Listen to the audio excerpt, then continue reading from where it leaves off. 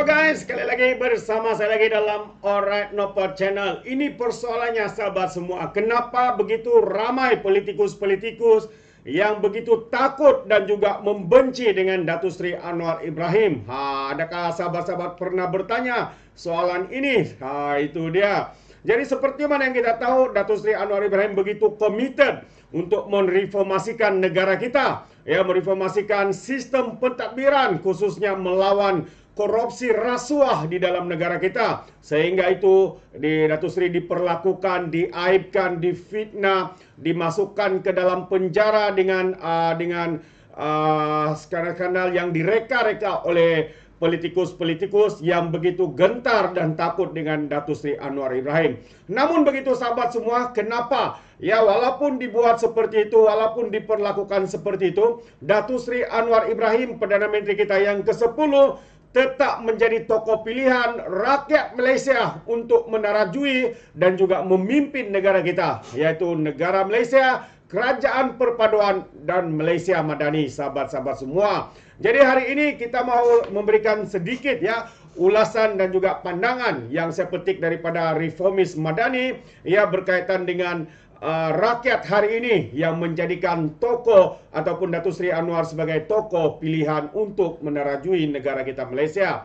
Mood serta sokongan rakyat terhadap kerajaan perpaduan yang diterajui oleh Perdana Menteri Datuk Seri Anwar Ibrahim dalam mentadbir negara kini amat positif, dan juga penerimaan yang kita lihat daripada hari ke hari daripada berbagai lapisan, anak-anak muda, mereka-mereka yang dewasa, mereka veteran, yang berbagai bangsa juga sahabat semua menerima Datuk Seri Anwar Ibrahim dengan amat positif sekali. Lebih 2/3, yaitu sebanyak 68% rakyat memberikan Perdana Menteri Anwar Ibrahim penarafan positif dalam tinjauan yang dijalankan oleh Merdeka Center. Kajian ini menunjukkan 73% masyarakat Cina, 91% etnik India, dan juga kira-kira 70% Bumiputera di Sabah dan Sarawak, dan juga 60% lagi kaum Melayu. Jadi dalam tinjauan yang membabitkan 1.209 responden juga menyaksikan 54% berpuas hati dengan prestasi baru Kerajaan Perpaduan, manakala hanya 25% berkata mereka tidak berpuas hati. Mungkin yang tidak berpuas hati itu mereka yang lebay-lebay, walan-walaun, walau-wantit dan sebagainya.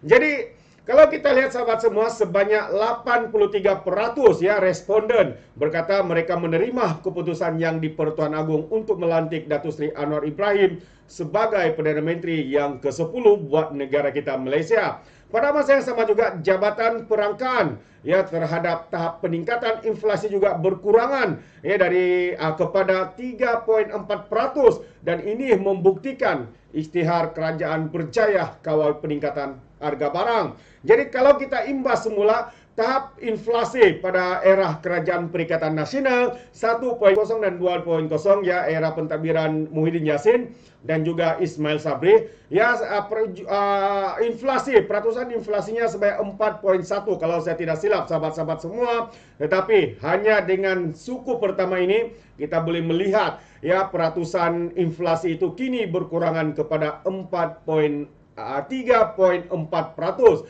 3.4% bukan 4.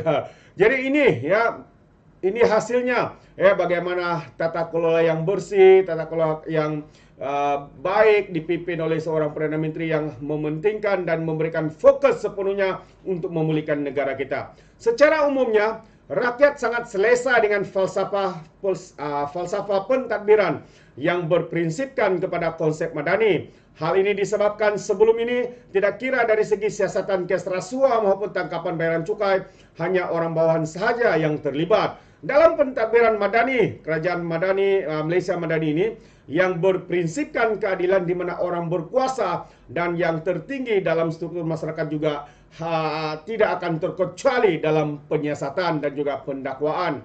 Dalam pada itu, tiada lagi tokoh lain yang memiliki aura, karisma dan juga ketokohan yang sama dengan Datuk Seri Anwar Ibrahim pada masa ini.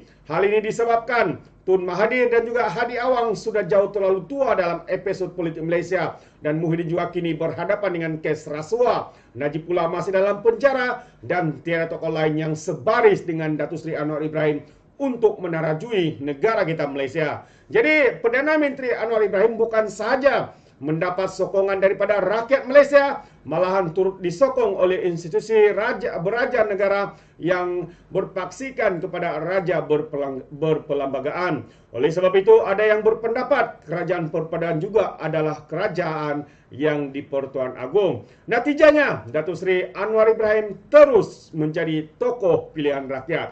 Dan percaya atau tidak sahabat-sahabat semua, bahwa Datuk Seri Anwar juga antara pilihan bukan saja untuk rakyat Malaysia, tapi negara-negara Islam di serata dunia. Begitu juga dengan negara-negara di Eropah, begitu yang memiliki kuasa-kuasa besar seperti negara China, Rusia, US dan sebagainya, begitu mengkagumi dan menghormati pemimpin ataupun Perdana Menteri kita hari ini, sahabat-sahabat semua. Jadi ini adalah tanda positif ya, negara kita berada di dalam landasan yang tepat untuk mengembalikan gelaran Tiger of ASEAN khususnya untuk negara kita, sahabat-sahabat semua. Dan saya percaya jika ini benar-benar berlaku, sahabat-sahabat semua, yang mendapat manfaatnya bukanlah Perdana Menteri kita Datuk Seri Anwar, melainkan rakyat di luar sana. Kerana ya, dengan kestabilan politik, dengan keyakinan yang tinggi, kita akan melihat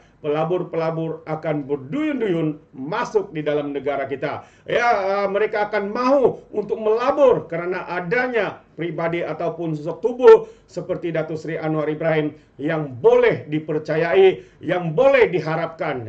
Jadi seperti mana yang berlaku ya ketika era Perikatan Nasional, ya, pelabur-pelabur lari ya dari yang Malaysia masuk ke Singapura, ada di antara pelabur-pelabur pergi ke Indonesia seperti Vietnam, dan ini menyebabkan ya negara mengalami kemelesetan ya dari segi inflasi, nilai ringgit yang semakin menjunam dan kenaikan harga barang yang tidak terkawal. Yang semuanya ini adalah gagal dikawal oleh Kerajaan Perikatan Nasional, Muhyiddin Yassin sebagai Perdana Menteri. Ketika itu yang menjadi Perdana Menteri dengan menjatuhkan kerajaan, dengan mengkhianat mandat rakyat, sahabat-sahabat semua. Jadi hari ini jelas dan nyata bahawa Datuk Seri Anwar Ibrahim adalah tokoh pilihan rakyat Malaysia. Dengan kajian yang dijalankan, 68% bersetuju dan juga setuju bahawa Datuk Seri Anwar Ibrahim adalah individu yang layak memimpin negara kita pada hari ini. Bagaimana pandangan anda, sahabat semua? Yaitu pandangan yang kita petik daripada dari mana tu saya lupa. Kalau tidak silap daripada reformis Madani, sahabat-sahabat semua. Dan ini menunjukkan betapa Datuk Seri Anwar Ibrahim adalah sosok tubuh individu inilah yang layak untuk menarajui pentadbiran negara kita Malaysia, Kerajaan Perpaduan Malaysia Madani. Alright, so anda boleh berikan komen anda dalam ruangan komen. Dan ingat ya, beri komen dengan cara berhema. Jangan menjadi seperti Walaun Tit apabila memberikan komen penuh dengan hamakian, penuh dengan hasutan dan juga kebencian dan juga fitnah melampau. Sepertinya otak mereka tertinggal di Laut Cina Selatan. Alright, itu saja. Izinkan saya untuk mengundurkan diri dan seperti biasa peribahasa mengatakan tapakun kangkap dua ton keinginan. Dalam bahasa Melayunya, tepuk dada, tanya selera. Sekian saya daripada Alright Napa Channel. Sampai kita berjumpa lagi dalam info dan update yang seterusnya. Sekian. Bye-bye.